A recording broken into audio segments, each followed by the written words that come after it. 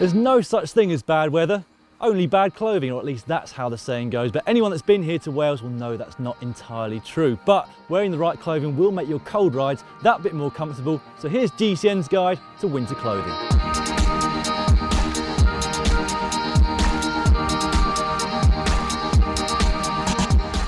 We're going to start with the basics. A good undervest is essential as soon as the weather starts to deteriorate. It doesn't matter how cold the weather gets, when you start exerting yourself on a climb, you'll start to sweat. And a good modern base layer will help to wick away that moisture, which means you won't get so cold when you descend down the other side. There are all sorts of different undervests on the market, long sleeve, short sleeve, thin and thick, and even windstopper ones. The one you choose very much depends on what the temperature is where you're riding.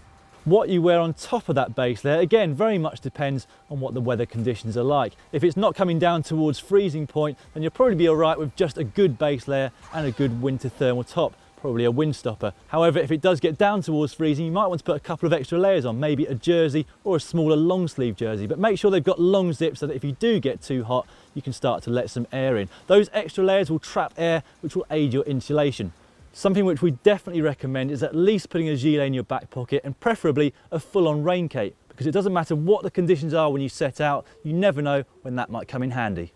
Try to make sure that your winter jersey fits properly. Too big and the wind will come down through the collar and up the sleeves. Too small and you'll restrict both circulation and breathing, and also possibly have a gap between your gloves and the end of your sleeves. On your legs, a pair of tights without a chamois pad are a good idea, as they can be layered over your normal cycling shorts. This gives another layer of fabric to keep your glutes, quads, and let's face it, crutch, warm. Using leg warmers isn't ideal, as although they're made from a fleecy lycra, your shorts aren't, and so you can get really cold this way. From here, we're going to turn to the extremities. Keeping your head covered is really important, and an effective way of adding warmth to your whole body. If it's raining but not too cold, then an old style cap will keep your head warm enough whilst also keeping the rain away from your eyes. However, if it's very cold and dry, a skull cap is likely to be the better option.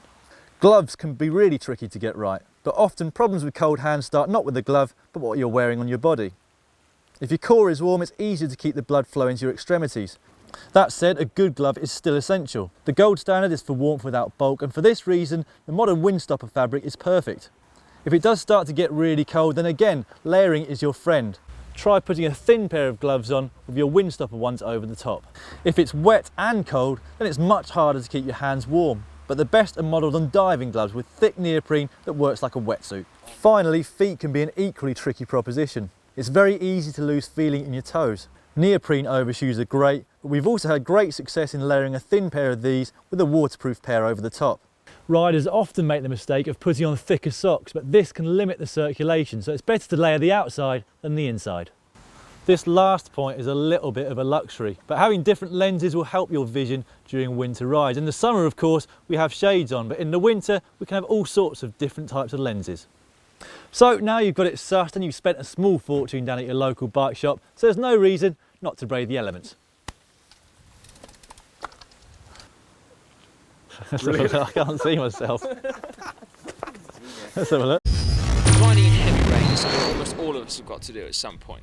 But there are a few quick tips that you can use to make the whole experience a lot less unpleasant. And most of this starts before you even actually get on your bike.